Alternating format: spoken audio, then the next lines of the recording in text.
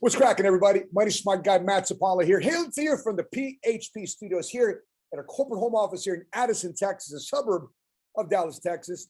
And if you recognize this face, it's because I'm the host of the Seven Figure Squad YouTube channel. But my day job is a board counsel and chief distribution officer of PHP Agency.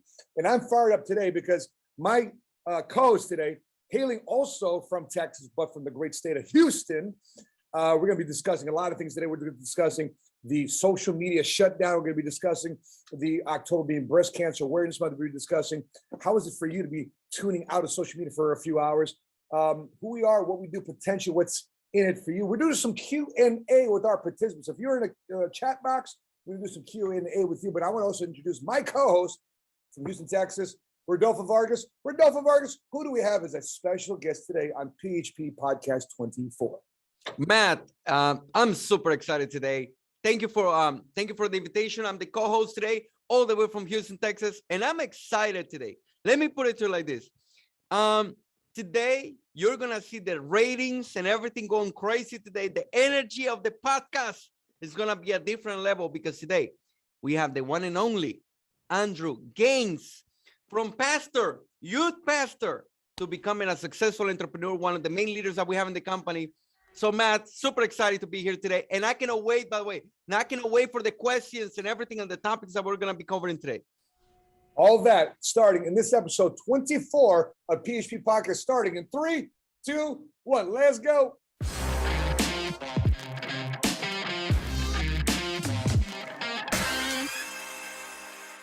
All right, we're back. So, Rodolfo mentioned our special guest today is Angel Gaines, recently relocated from Lodi, California, where he built a top 10 office in the country in less than a year. Now, recently relocated to be my running buddy here in Dallas, Texas. Andrew Gaines, what's going on, brother? Hey, how you doing? It's good to be with everybody. Andrew, tell us about you. Tell us about your story. Tell us about how you started, your story about the youth pastor, everything you grew up. I believe you grew up in California, correct? Yeah.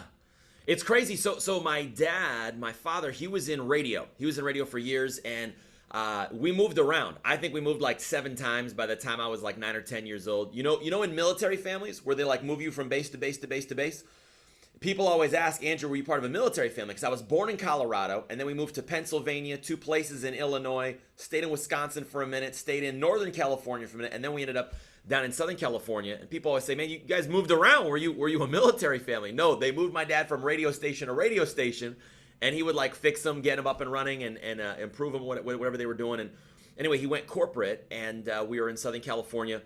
And grew up most of my life in LA, had a great time. And I was like a lot of people who, were told, go to school, get a degree, all this kind of stuff. And I got the bachelor's, and I didn't know what I wanted to do. So when I changed my major 7 times in undergrad, and ended up with a political science major because it was the smallest unit major at the time. So I thought, shoot, I got to get out of here. And I had a great time. I really appreciate the college experience. I went to Azusa Pacific. And I didn't know what I wanted to do, so I just got a master's in career counseling.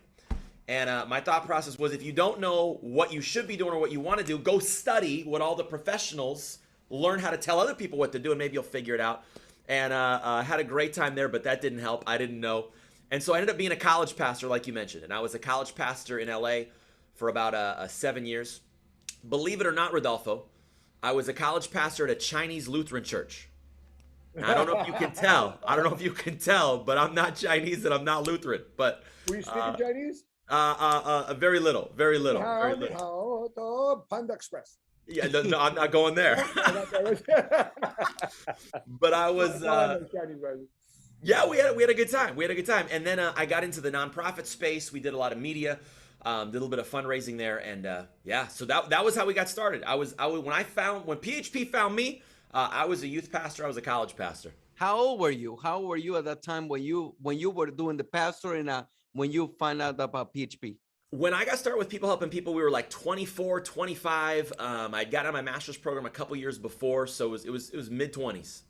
How did you get started in PHP? How was the approach? And how were you excited? You always wanted to be an insurance agent? How was it? Listen, I came out of the womb and I felt like I had this revelation from God. The angel Gabriel came into the hospital and said, "Ye shall be insurance agents." Right? That's not how it happened at all. What's crazy no is burning bush experience. Huh? there was no burning bush. There was no writing on the wall. For anybody who's watching and you don't get any of these references, these are all like Bible story references. If you don't share my faith background, it's all good.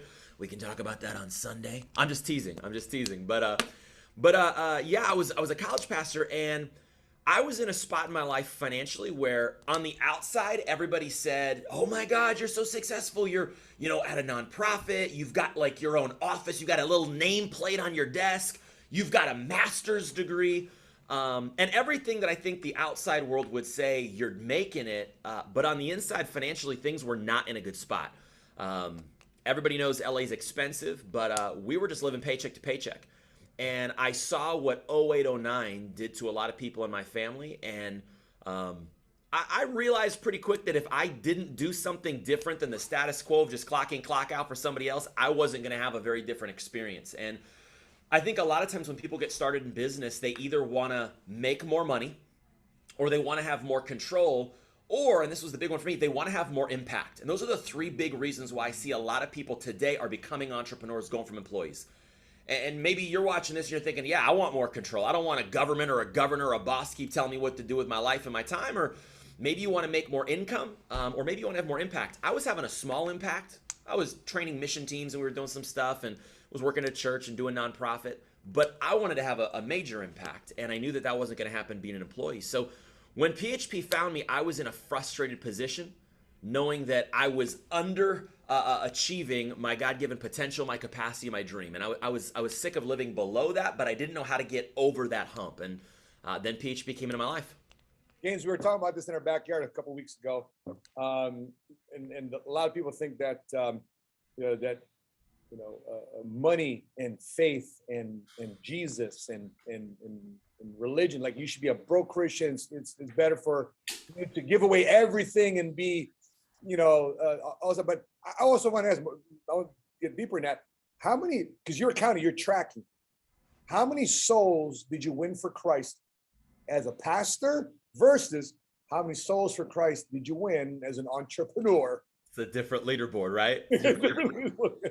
So and I actually tracked it when I was in high school, getting out of college, we did a lot of inner city outreach stuff in LA, like deep inner city, kind of like the places where people don't go to LA that aren't on a postcard, and was able to have the privilege of helping 72 people make a decision for Jesus over the course of 4 or 5 years. And then as a college pastor, I was mostly working with people who already had decided they wanted to live a life following Jesus, but maybe didn't know how to do that. There were around 12, 13 people, depending on how you want to categorize rededications and things like that, as a college pastor for about 6 years. 13 people in 6 years as a college pastor. Just being in business, just being an entrepreneur, running an office, we've led over 400 people to Jesus. And the reality is that people walk in the door because they want their life to change. And we believe in our society that money's going to change our life. And I'll say this, King Solomon, the richest dude who ever lived, the wisest dude who ever lived, he said, money answers all things. So listen, money talks. And so people come in the door because they want to make more money, because they want their life to change. But what they don't realize is that lasting change happens internally. So we help them make more money. And then they're still asking the question, Gaines, what's different about you? Like, I want your life, not just your bank account. And that leads them into a process of realizing that if they adopt a set of values and principles, if they adopt a blueprint of decision making that is in alignment with the way Jesus said, hey, if you make decisions this way, you're gonna have a blessed life. People find that they're able to take their life, their marriages, their kids, their family, all that to the next level, and it goes way beyond the money. That's crazy what you're just saying, because by the way, you believe it or not, okay, I was a youth pastor too. No, kids pastor too. And I was not a pastor. Rodolfo, I never knew that about, bro. Yeah, like if I go back when I was you worked out together, you slept in my house, Rodolfo. I'm just learning about this stuff about you right now. Yes. So we used to have over there. You played the guitar, right? No. That's a different story. One day I told you about the guy who played the guitar. There was this guy who used to play the guitar that like Ceci. And man, I didn't want Ceci to be around this guy. He was like perfect. You know, the guy in the church that played the guitar and looked like Jesus. And that guy was into Ceci, but that's a different story. But you know what's crazy? There's a lot of principles in the church in leadership, the same as John Maxwell. John Maxwell was going to be he was a pastor, and he decided to use those talents to use it to everybody in the leadership. I believe, and Matt, you're doing something very special too with your YouTube channel, where you're bringing the principles of God and principles of the Bible. You're bringing it into the business world. Tell us a little bit about that, Matt, because it has a lot to do with Gaines was talking about. Yeah, my YouTube channel is Seven Figure Squad. And when we started, when we came here to PHP in 2015, we really started doing content in 2015, 16, 17, somewhere in there. Rebranded a couple of times because it was originally a veteran entrepreneur type of YouTube channel. But the deeper I got involved in veteran type issues, the more I got exposed to having to answer questions about PTSD and sadly veteran suicide. And that put me back into a very dark place too as well. So, I was talking to Patrick. I said, hey, I'd like to talk about another different topic. He said, what do you like to talk about? I said, I love talking about putting money in people's pockets by showing them how to become an entrepreneur and showing them how to make $1 million. He goes, why don't you talk about making $1 million? And because Patrick's got this one rule. Because if it's your YouTube channel, your brand, what's the one word? Like, for example, we think about valuetainment. What are you thinking about? Entrepreneur. That's it, right? Capitalism. We think about one word. And so what's one word to you? I'm like, I think of sentence. And so one thing now, it's millionaire. Seven Figure Squad, millionaire. How to think like a millionaire, how to strategize like a millionaire, how to become a first generation cash flow millionaire. And when I went on a run, brother, I went on a run in December where every day we do a video every day for 24 days, and the last day being Christmas. So I went on a blitz. We all know about blitzes. PHP, we all know about runs, don't we? Yep. We know about blitzes. And I found through that blitz that more of my audience wanted to know more about our biblically based financial perspectives on money. And because my team's like, what do we talk about on Sundays? We talk about insurance and finance on Sundays? I said, yes, but from a biblical perspective, what the Bible says about finance. And all the time in my BLMs in our weekly meetings is, listen, I'm not trying to shove Jesus down your throat. That's a different conversation. I want to know more about him. But if I can just affect your pocketbook and how you think money, because how you think like a millionaire is how you act. How you think, how you act, how you become. And if you want to think like a millionaire, consider about how King Solomon, and Gaines just mentioned it, how King Solomon, the wisest and richest king who ever lived, talked about finance. Because if you just read Proverbs and Ecclesiastes of the Old Testament, that's like the OG Twitter. It's like the old school one-liners about finance and success and prosperity. And Matt, you're in PHP because of our relationship with the pastor. The pastor, correct. So yes, hats off to Pastor Dudley Rutherford. My sister was working for him as a director of ministry. Both my sister and I, we both left the house at 17 years old. I left for the Marines. My sister left for Orlando, where she worked as a dancer for Disney. So she was like Pocahontas and Jasmine and all this stuff. Wow. And she became an Orlando Magic girl. She was a dancer for the Orlando Magic dance team. And then she went to go to LA to become a Laker girl. But instead of becoming a Laker girl, she found Jesus. And she ended up working for a church called Shepherd of the Hills. And guess who goes to Shepherd of the Hills? Pastor Dudley. Pastor Dudley. He's a pastor there. And Patrick David goes to Shepherd of the Hills. Guy Town went to Shepherd of the Hills. Make a long story short, my sister introduced me to Pastor Dudley Rutherford. He goes, you need to meet the Iranian version of you. I'm like, what? And he tells Patrick, you need to meet the Filipino version of you. What do you mean? Immigrant family, finance, former military. You guys are over 6 foot tall. You guys need to connect. And so Patrick reached out to me in 2009 and then didn't follow up until about 2014. And then January 2015, we officially became a part of PHP. That's incredible, because remember, our logo, like we haven't talked about this spiritual part in a long time. You know, our logo, if you see our logo, is the hand of God and the hand of the man, right? And we believe that there is something special about this company. We really do. We don't talk about it to bring people or anything like that, but we believe in that. You know what I believe too? You talking about the hands? There you go. The logo, the PHP logo. You know PHP how logo. many people I love the PHP logo. Yeah. You know, we fought for that logo. I love it. Because we rebranded, we rebranded, what, a year ago, 2 years ago? Yeah, we rebranded, but we kept the hands. You know, can I tell you something? we don't talk too much about this. I mean, externally, like internal all the time, right? Yeah. But I believe that people who become entrepreneurs, they are faith-based people. They get like, I'm gonna put it to like this. Regardless if they realize it or not. Yes, like you need to have faith. Yeah. And let me put it. I was a big believer, going to church and everything, and then I immigrated to the U.S. And I'm totally, I totally forgot about it. I totally forgot about it. Not I forgot about it. I don't want to call it like that, but I got closer to God through becoming an entrepreneur. Yep. I don't know what it is. Maybe we need to pray more, or maybe we need to. We have a lot of difficulties. So, Gaines, Andrew, about your life, I know you use. Can you give us some examples about how you use the principles that you, as a leadership pastor, leadership youth pastor, can help you to become successful in PHP? Well, I think the point you bring up about faith is huge. I refer to business as the gymnasium of somebody's faith.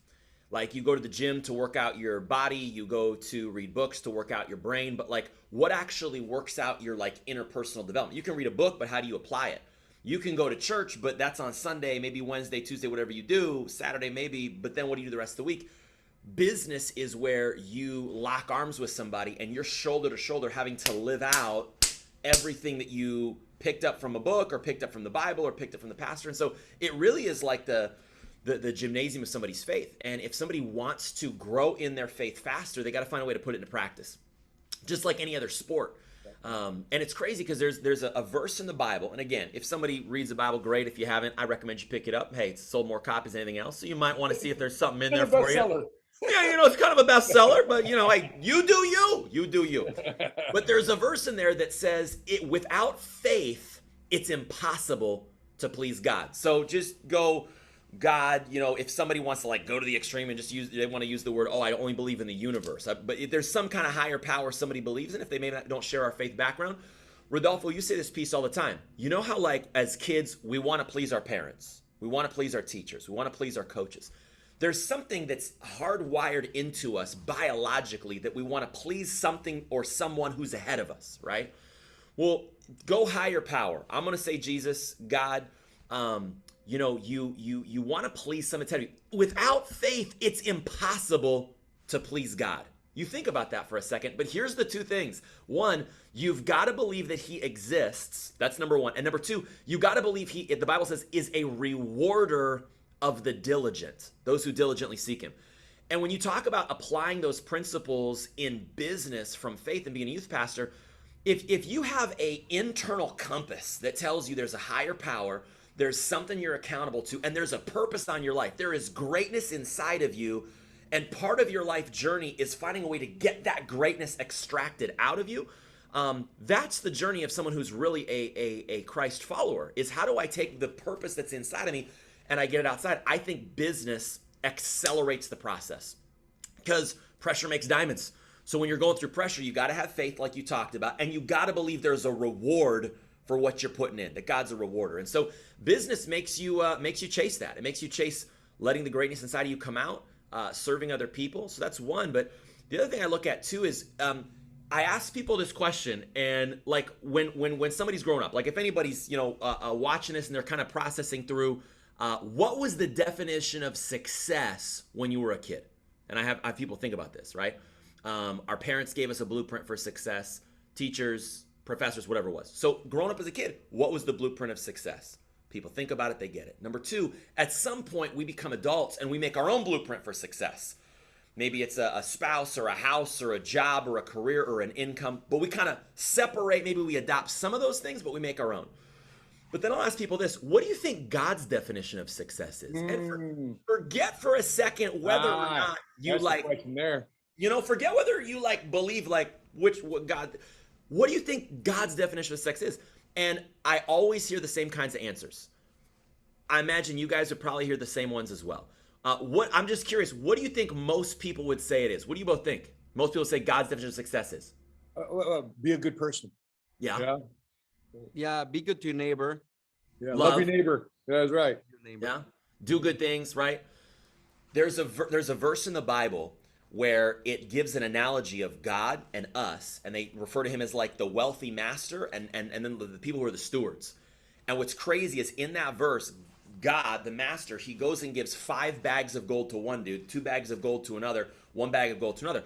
And so he specifically entrusts somebody with his wealth and his resources, and he leaves and he comes back. And here's what's crazy. God's definition of success in the kingdom, success is about faithfulness with your gift to multiply. Did you multiply? Did you duplicate?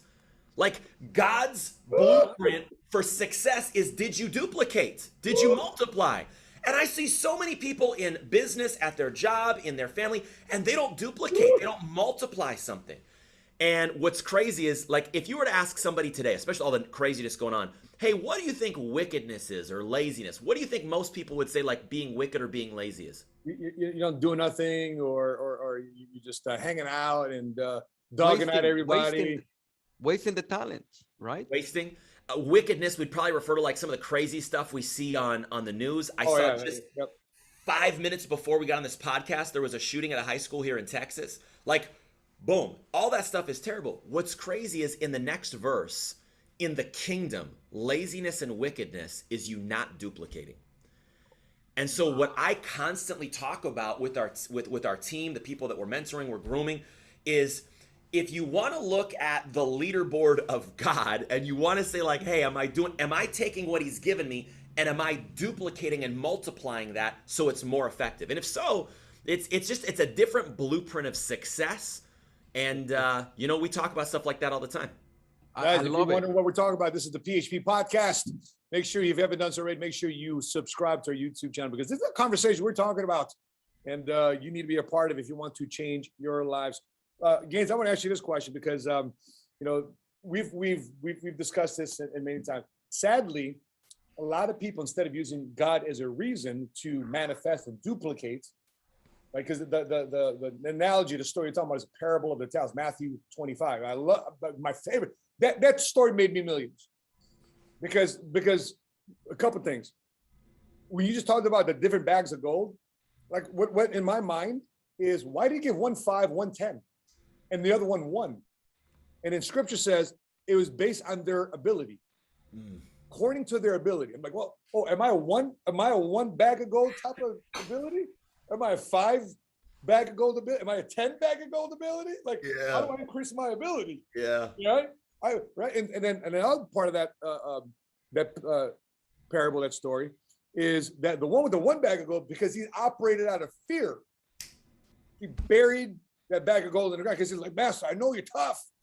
You just, you make money, and I don't want to lose this gift. So I buried it. And even he said, he comes back from that journey, at least you could put it with the banks to earn some interest, right? And make some money. You just buried it. And then the worst part about that is, dude, get out of here. Get out of here. Let me kick you out my kingdom. Let me kick you out.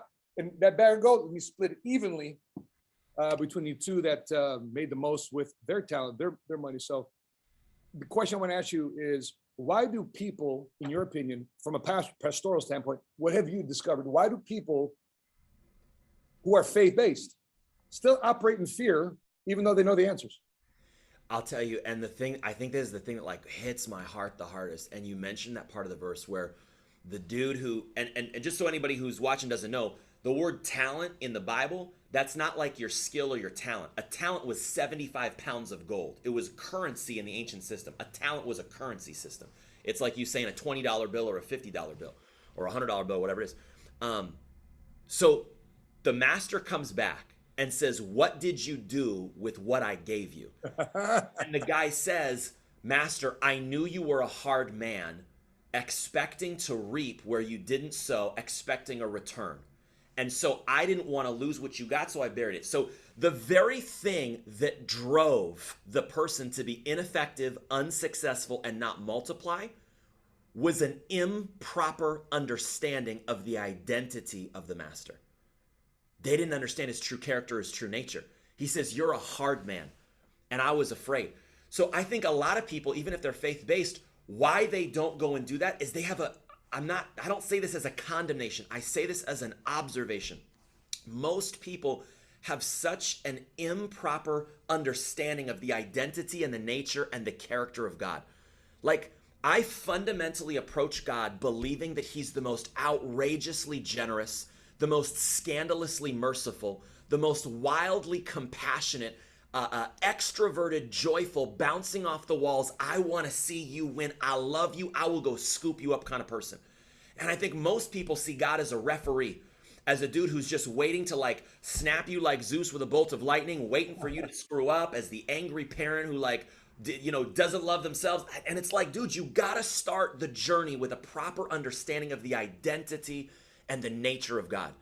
And if you don't, you're gonna stay in a victimhood mentality, which is, well, I'm not good enough, so I'm just gonna pray that God could save me. Like, it comes out in our prayers. It puts nails on a chalkboard when I hear people praying and they use the word just. God, if you could just heal so-and-so, just help us. Yeah. Like, as if God is otherwise apprehensive to bless you. Or if he's somehow bound, like he can't pull something off. Like, he made the freaking universe. What should they replace it with? Replace just with what? God, I thank you that. God, I thank you that. God, I thank you that. Man, God, I thank you that you own a cattle on 1,000 hills. I thank you that nothing is too difficult for you. I thank you that all the gold and silver is yours. I thank you that you already created a solution for this. God, I thank you that you wrote a book about what you called me to accomplish before you even said, let there be light. God, I thank you already know the end from the beginning. I thank you already have a solution. I thank you that you've made me the head and not the tail. So God, I step in, and that brings you to a place of identity. God, I thank you that you're eternally generous. I thank you that you're good.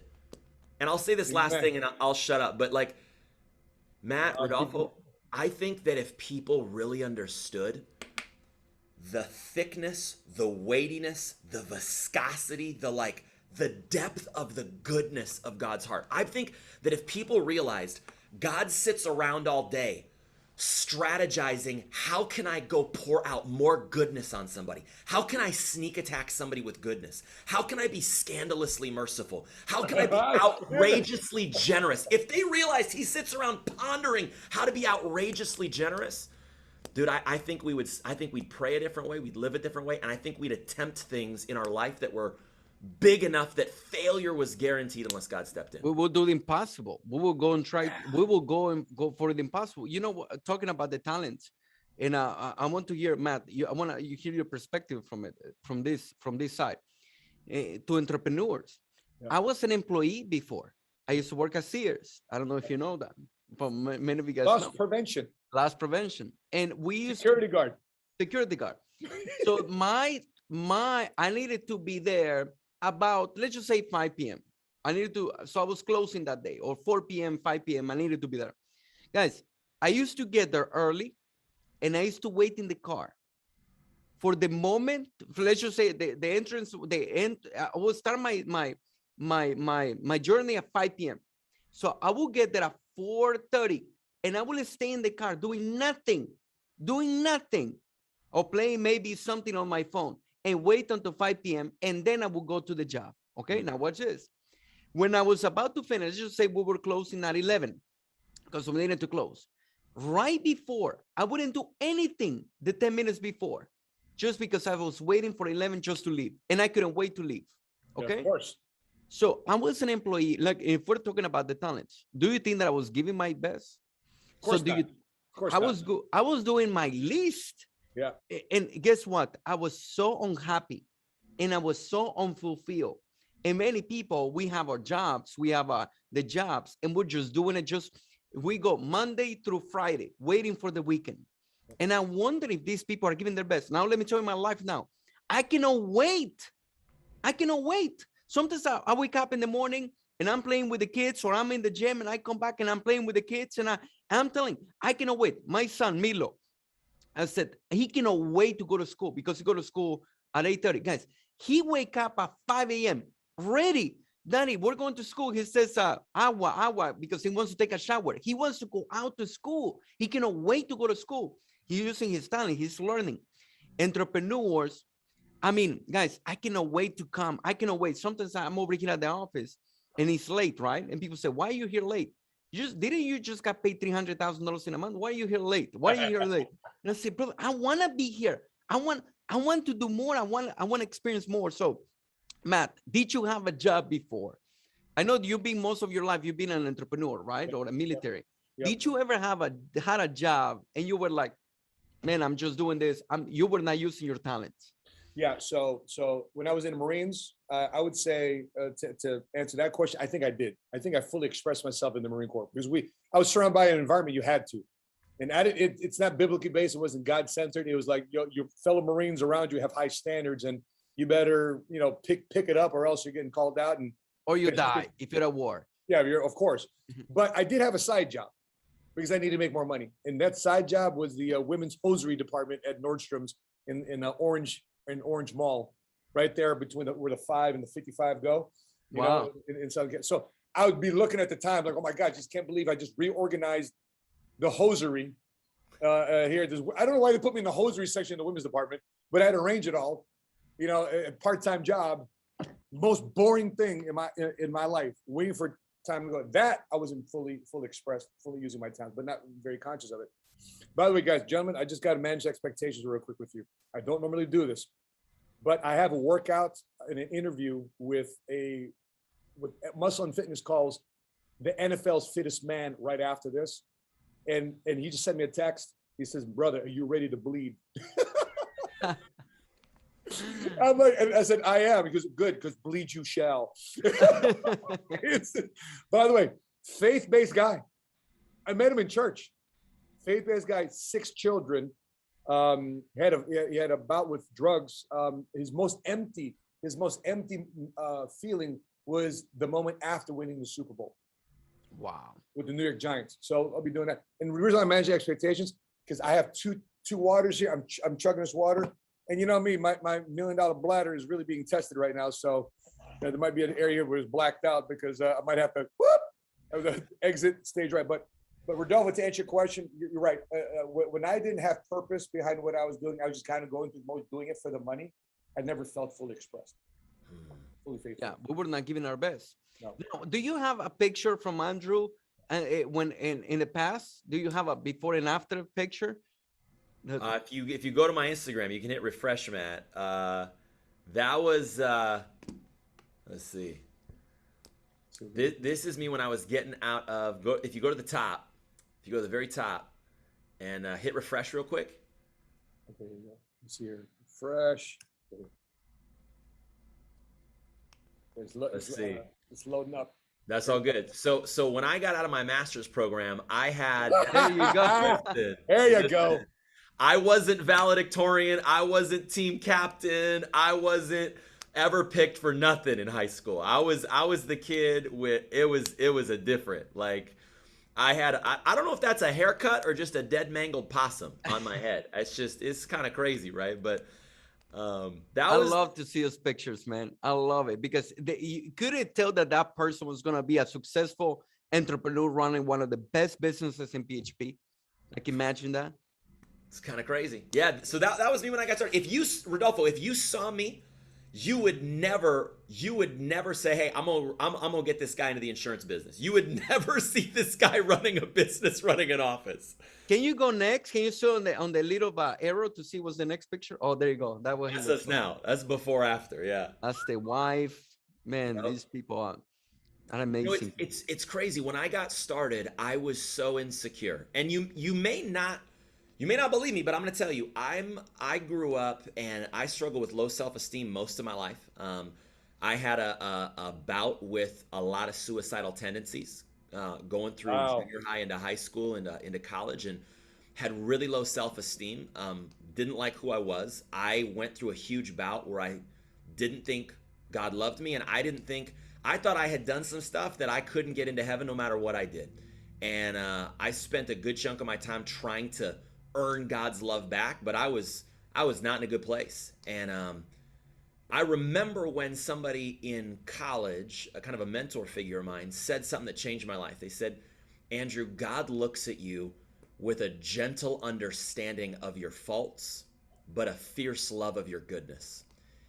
And it changed a lot of things for me. And I started going on a journey of personal development, changing the way I see myself, the way I see God. But when I got into PHP, just so you know, Rodolfo, I'm an introvert by nature. You take me to a wedding, I'm sitting in the back table. Like I'm not good with strangers. Some people say, oh my gosh, if you're in business, entrepreneur, sales, you got to be great with people. You got to love big groups. And Andrew, I'm not that way. I'm not into sales. I'm not either. I was an insecure introvert. I was so insecure, Rodolfo. You know when people go to Costco to get like the samples? Yep. Yeah. I was so insecure and I so didn't want to impose on people. I wouldn't even go up and take the samples because I was afraid to talk to people and I was so insecure about imposing. That was me. 100% I relate. 100% I relate. Because that's what I used to be. Now tell me about your relation with Jennifer. Tell me about your wife, how you guys are doing business together. What's her background? Because I believe she's a big part of the success also you're having. So tell us a little bit about your relationship, how you got started with Jennifer. So Jennifer's my better 3/4. She's not my better half. She's my better 3/4. She does it all.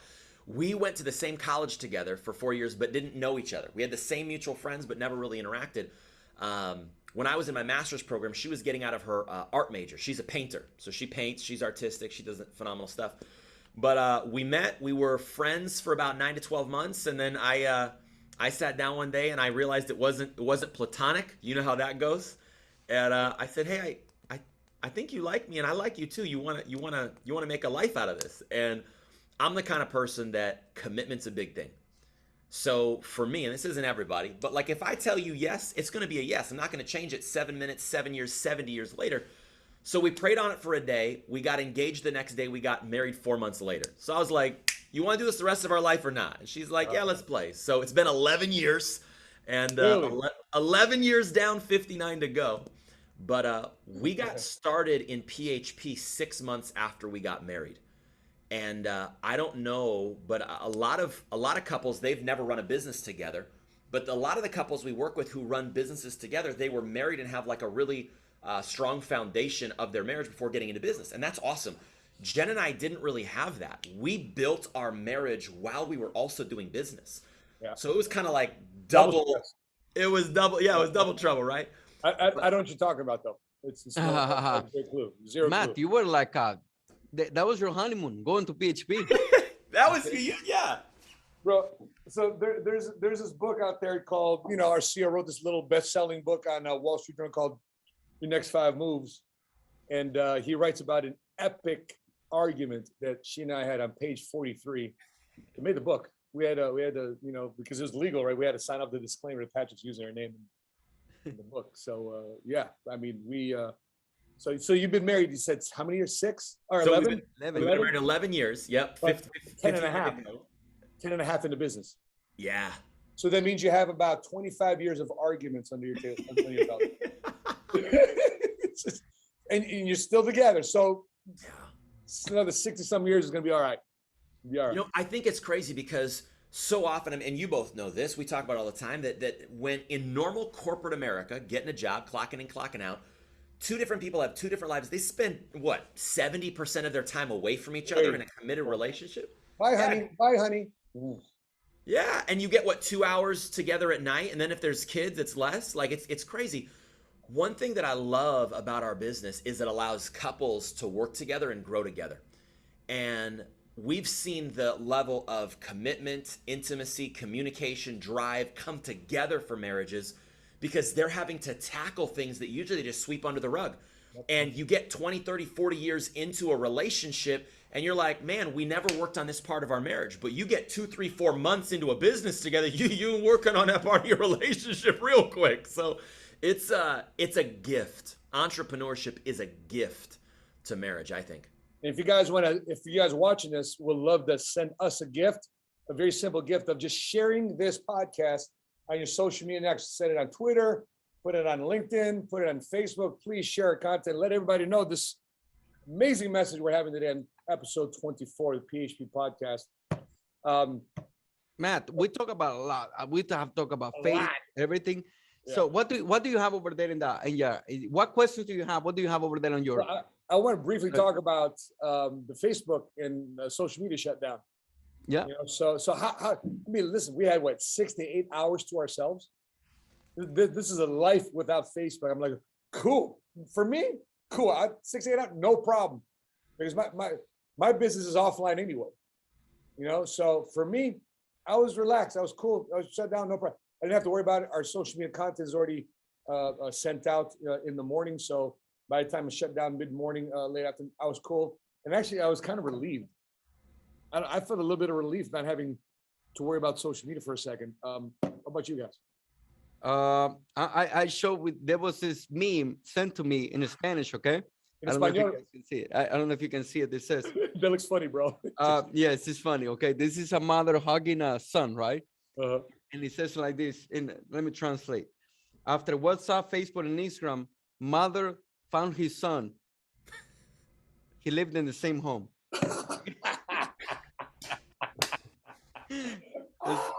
But bro, isn't that crazy? I mean, by the way, as a rule, when our family sits together for dinner, our rule is to put the phones aside, because even the kids are watching YouTube. I'm like, kids, nothing, no YouTube, Snap, Instagram. Put phones aside. We're together. And you know what about? But how about this one? What about businesses that rely 100% on those platforms? Well, it's they were stressed. They're majorly stressed out yesterday. And by the way, if that's the case, it's not good. You know why? Because you're not in control. If you got a business that relies on another platform to be on, you're not in control. What do we learn about Parlor? They got shut down because they wanted to have all these conservative voices on Parlor. Whoop! Amazon just shuts off the server. You're gone. Go somewhere else. Another $1 friend. billion business got shut off because Another somebody friend. didn't control the switch. You want to see this one? This is an influencer from El Salvador, my country. Yeah. And he sent me this. He says, "This is what he's doing now. After he's selling bread on the street after his Instagram went down." He says, yeah, like selling it online. Yeah. Well, you know what's crazy now? A lot of businesses, if you rely 100% into them, you need to think about a strategy. Yeah. You need to think about a strategy, because if it's going to be shut down like that, we don't know what can happen next. Yeah. That's what I got from it. So don't rely 100%. Okay, for only the business that rely 100% into them. You remember when the pandemic first was going down, and we attempted as a company to host our first webinars online, our first remember with Patrick hosting it? Remember that? Yeah. And we used another. I'll just leave the name out. We used another web conferencing. That's right. company. Yeah, I remember. And I thought it was my end. You thought it was your end. We couldn't hear each other. We had 5,000 people waiting on line for us. It wasn't going through because everybody and their mamas was on the internet, and we couldn't get a message out. I think I threw my phone across the house. I'm gonna tell you, we went. Our industry is very special, and I'm not bashing any other industry. Other businesses are great too, but our industry, before pandemic, we were doing about 400 policies a month. My team, when pandemic happened, we went from selling 400 to selling 1,500. Nice. Because of our industry works, Yep. whether we have pandemic or not pandemic, or issues or shutdowns or no shutdowns. So that's important to know. If you're going to start a business, you need to pay attention to those things. That's my take on that. Okay, on the shutdown. Gaines, what's your thoughts? So I'm with you on strategy on the outside. I'm always the kind of guy that's like, I wonder what really happened. Like, I wonder what really happened. Oh, it was a cyber attack. Well, tell me more. Tell me more what you think. I mean, man, China's after us. You got to know China's after us. China's out. Listen, guys, I'm coming from the Marine Corps. By the way, Filipino American History Month. Okay, October, Filipino American. That's right. America. Congratulations. I didn't know that. Filipino American History Month right here, baby. Did you know the first Filipinos landed in New Orleans? I didn't know that. Yeah, first Filipinos landed in New Orleans, and they kind of got lost in the mix. So actually, a part of Creole, a part of the Louisiana Bayou, has got some Filipino in it. They heard there was a party down there, so they said, let's go there first. That's it, right? And they exactly, and they love chickens and pigs. So Filipinos are down there, man. But so to tell you more about it, so for those of you who think that this is the Chinese coronavirus, okay, there's some data that supports that. You guys got to make up your assumptions with that. China wants to be the number one economic world power in the world, right? They're number 2 right now. They want to be number 1. Who's number 1? That's the United States. So they attacked us through potentially for those of you that are formulating your thoughts, my opinions, which probably is better for another podcast. But think about this: the wars of yesterday, of missiles and tanks and soldiers. What I've experienced when in the Marines, I think those wars are in the past, or those are second, third levels of warfare. I think the warfare today is bio and cyber. I think those are the wars that we have today. And guess what? We have the weakest amount of defense in those two things. Yeah. It's interesting to me to look at, one, you have two major whistleblowers come out, and they're talking about content that's stored on Facebook servers, and you got servers shut down. But did you see some of these profiles that had been banned? Now they're back. Trump is back on Facebook. His profile's what? 32 million followers, and they're picking right up where he left off. What? Some of these other people who got banned off Facebook, their profiles are back the next day. So whatever happened with their servers, some people are saying, hey, they're getting sued because if they're going to control who can speak, now they're liable for the child pornography. Oh, sure is. 32 million. I see it right here. His last post is January 6th. when he said go home. Now, regardless of who's watching, if you're pro, anti, whatever it is, that's not the conversation. The conversation is whatever happened on their servers.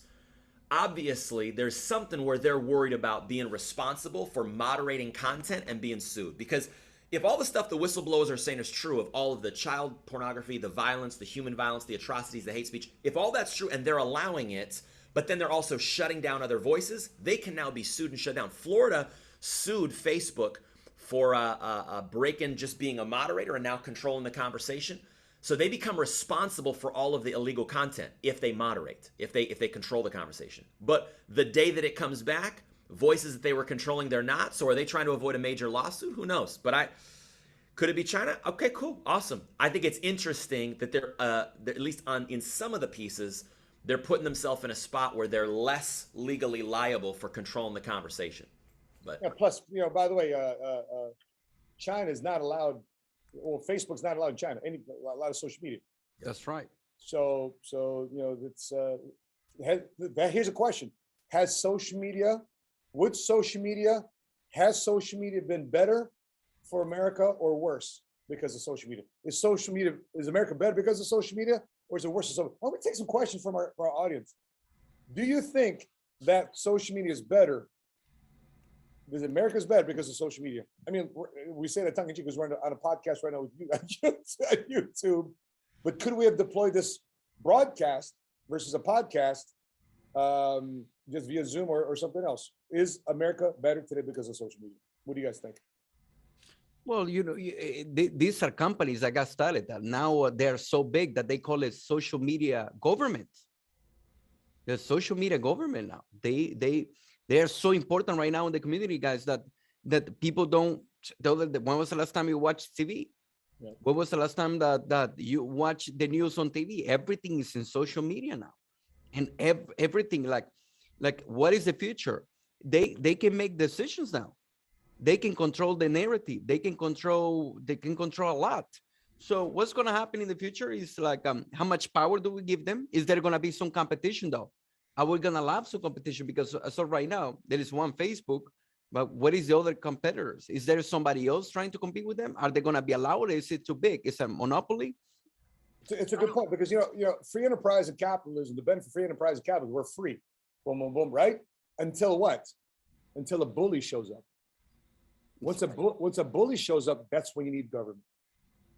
That's when you need the cop. That's when you need rules and regulations, laws to make sure people play nice. What's the government? What's the appeals process for the government you just talked about, which is the social media government? Because people get their accounts shut down. And forget this whole social media shutdown. What about our friends that just for some reason somebody hacked their account and the years of them building up followers and equity online is gone, and they can't do anything because now they're in social media jail for whatever reason. They can't get it back. And there's not a human being, because it's a free service. There's not a human being that says, hey, what happened to my account? You just hope somebody reads an email. I lost my first Facebook account, by the way. Wow. I lost it. I got hacked and I wasn't able to log in anymore. And there is no way that I can contact Facebook. There's no way. You cannot contact Facebook. Yeah. I send my ID and everything, they never fix it. So if you're somebody from Facebook listening, please give me my Facebook back. I need my Facebook. So I had to open a new account. But let's see, here's what I trust. I trust in free enterprise.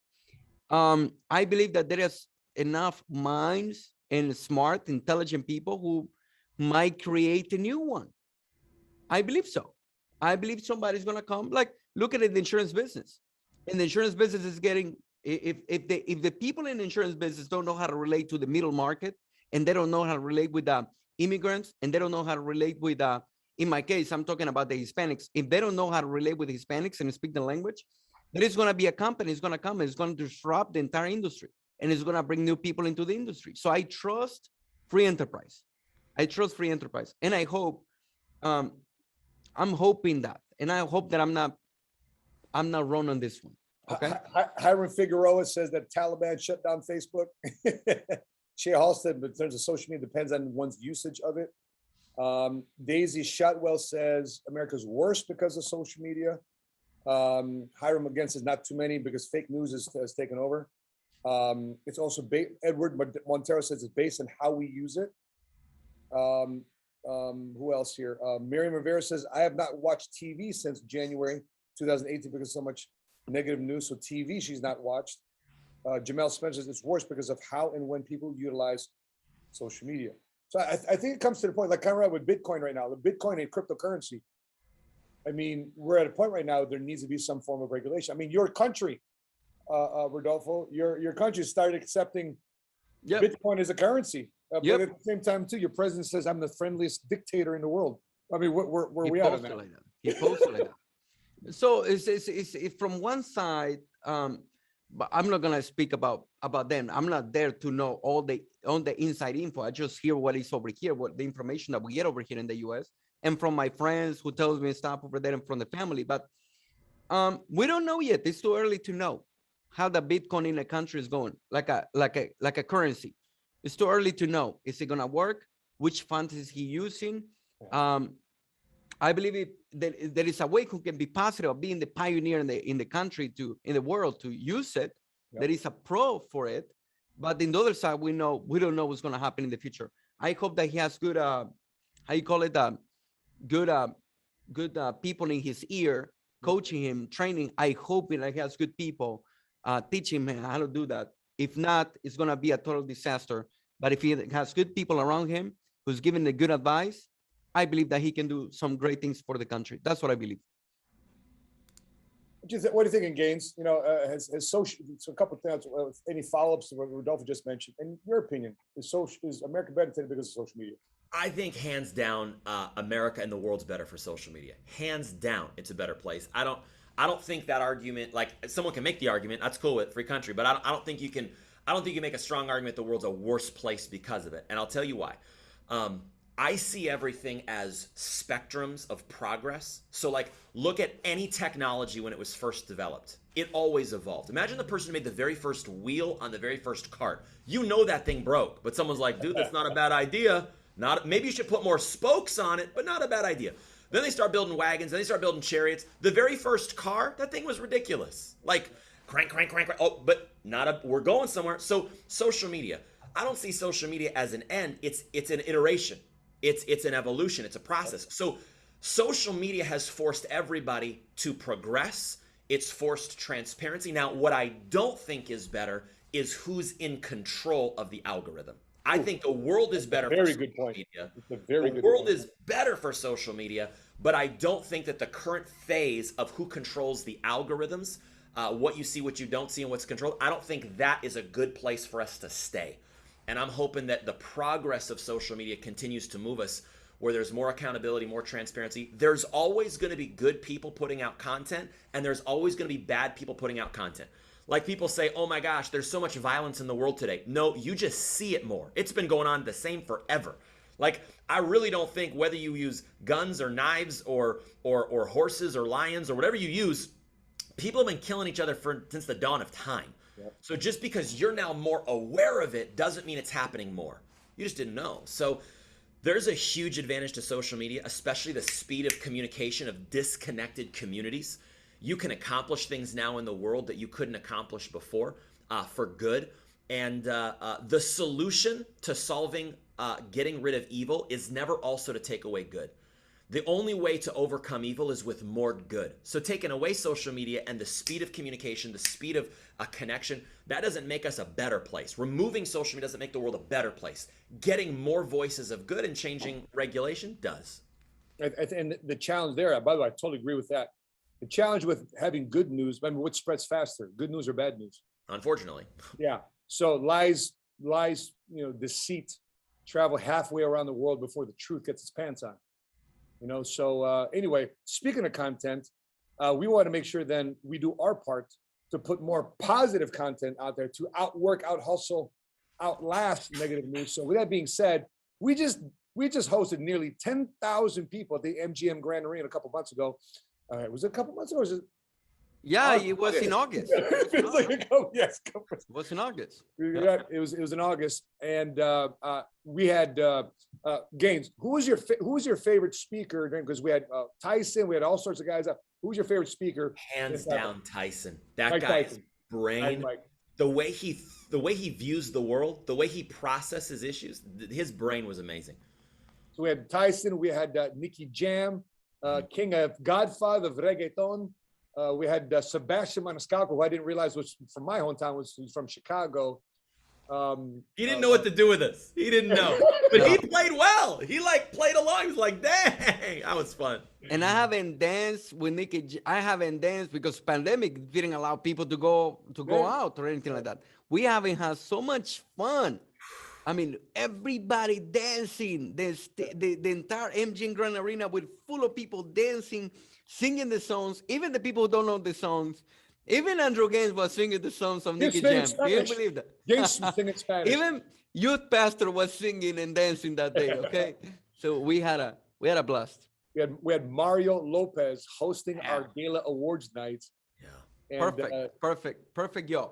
And just talking with these guys backstage. The rumor was with the guys backstage, they're like, "Well, this is just an insurance conference." They're like, we're like, really, we're gonna do an insurance conference, and they come out like, "Dog, it's a concert." So you remember when Sebastian Maniscalco called you and he spoke with you in the middle of the show, Matt? You picked on the wrong guy, man. That was so great, man. That was so great.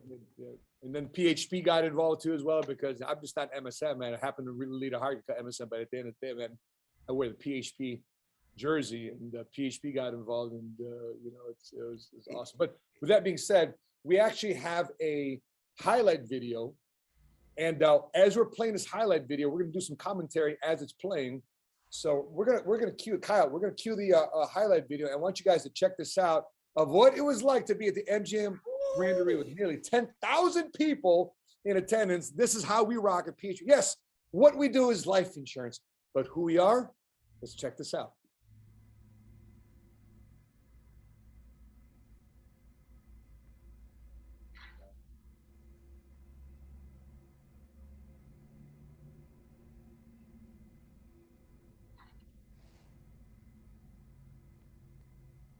Wait, here we go.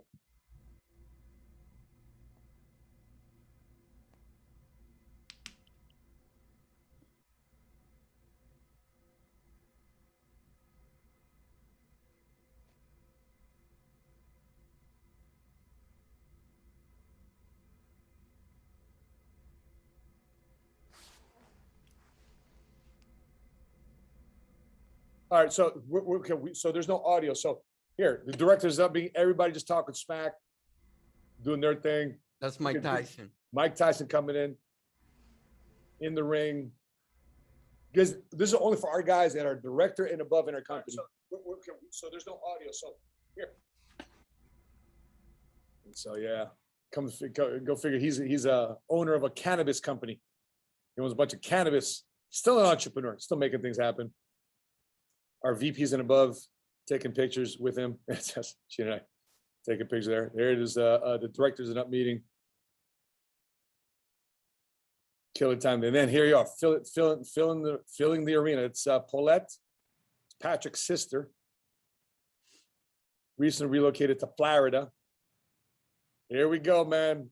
This show. There you are, Rodolfo. That's you. In the entrance. That was sick. What was it like flying through the air, man? I felt like Beyonce, bro. I was like, was about to channel my inner Beyonce. I was up there, man. There's Swaza, Jasmine Ellis, my boo-boo. There's Ricky.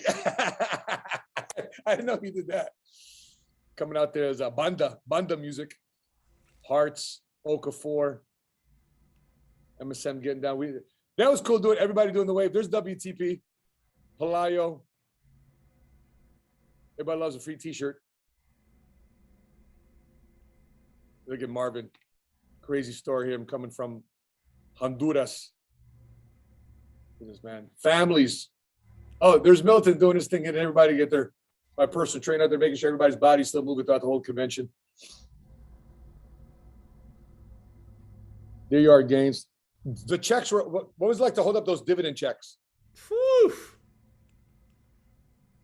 Those checks aren't from selling policies. That's from ownership of PHP Agency, which everybody has the opportunity to do this year. I become a marketing director. And for the current marketers we have right now, they have the opportunity to earn more stock. That's our new chief operating officer, David Vega, and his son. He's a former, he was formerly of, Banker's Life. What's the primary company? Formerly known as Conseco. We actually paid off a mortgage of a combat veteran through this foundation. So that's what, guys, PHP, that's what we're part of. We paid off this veteran's house. He's mortgage free. Fantastic job, PHP. Building up the next generation, our children. You remember that when the kids came on a stage? That forever. The kids are never going to be the same after that. No, not at all. Oh, this is Sears' kid. He went to the Olympic trials. High jumper.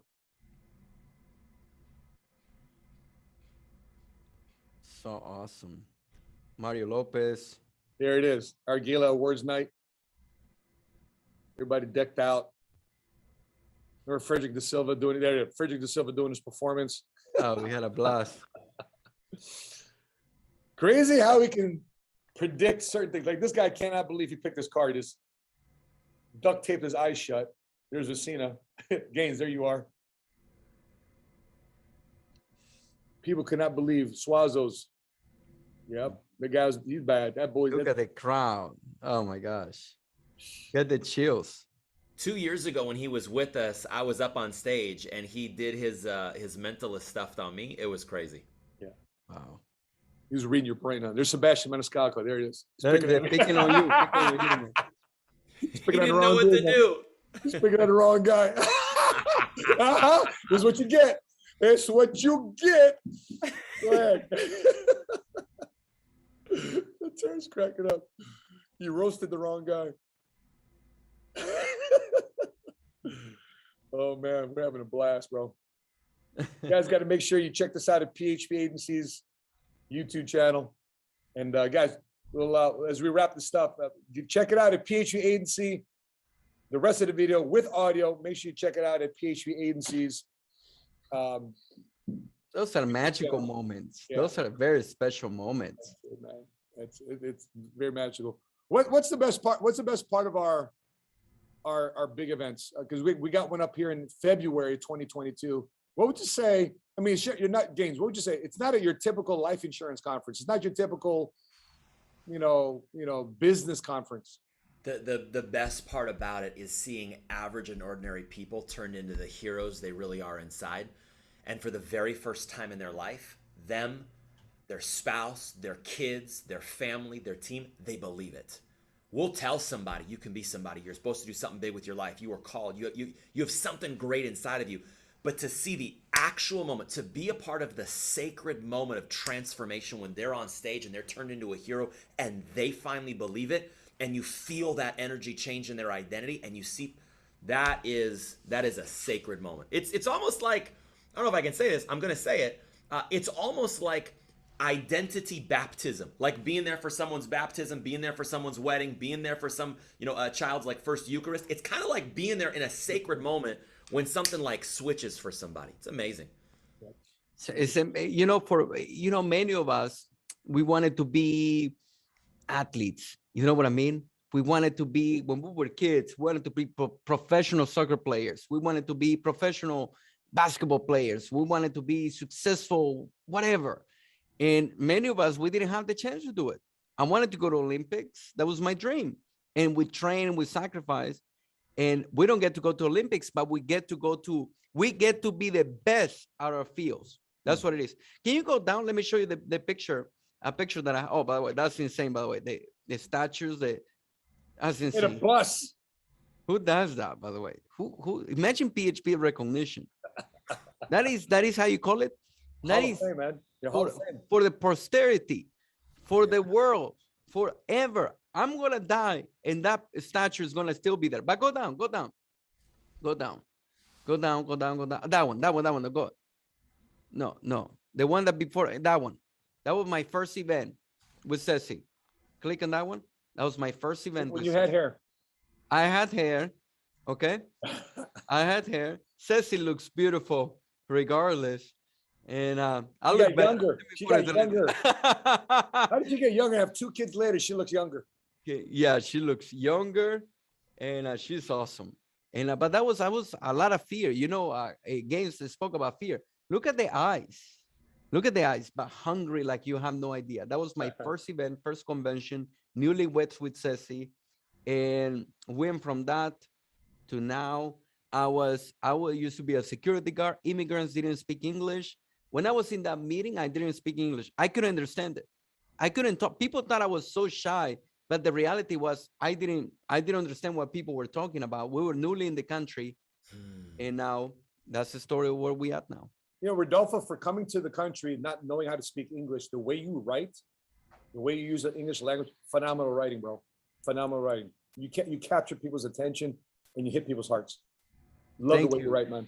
So that's the before and after picture. I had hair. Was this the newly MDs? Those are the newly marketing directors from this year. Unbelievable. You can see Haas over there, Haas Busi. You can see Oleka. Haas is in Florida. Oleka is over here with me from Nigeria. Then you can see Daniel Cigarro over there in the back from Puerto Rico. You can see Norris from Michigan.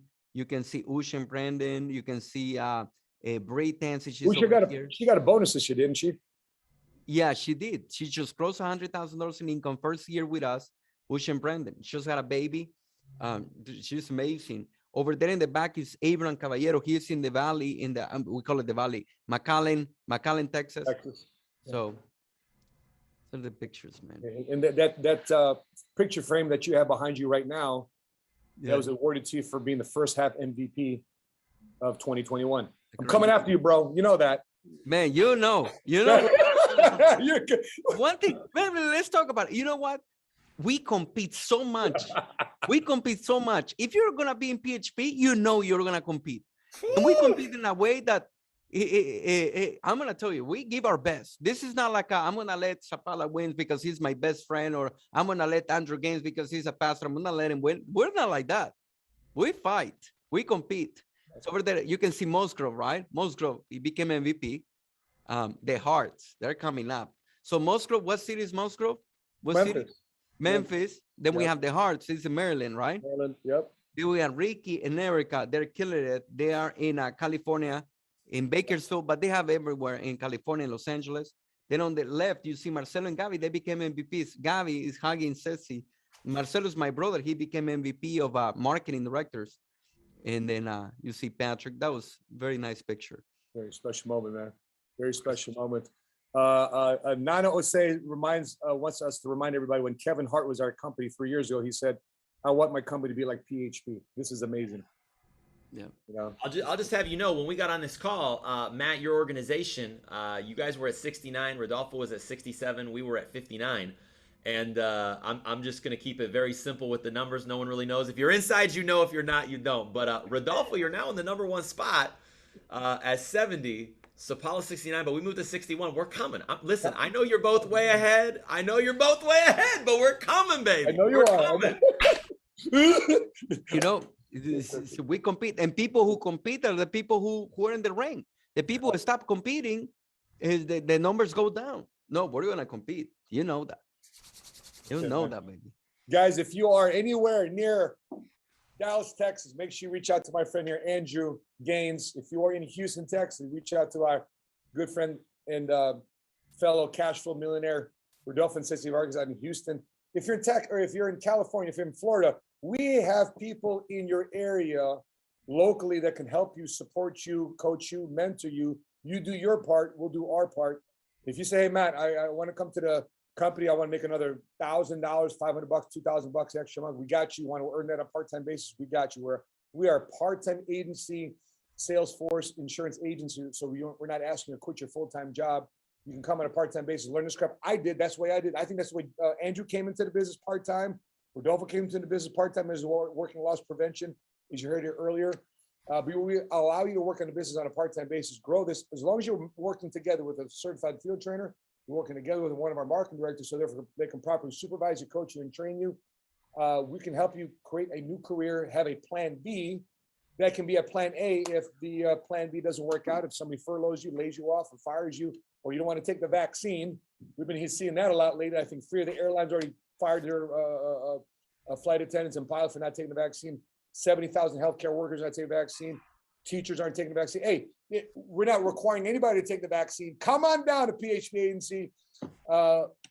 We can help you out in that. And by the way, no judging if you want to take the vaccine either. So whether you want to take the vaccine or not take the vaccine, we welcome everybody. We get along with everybody, white, black, brown, atheist, Christian. We're talking about a lot about the Bible today and faith-based. It doesn't matter.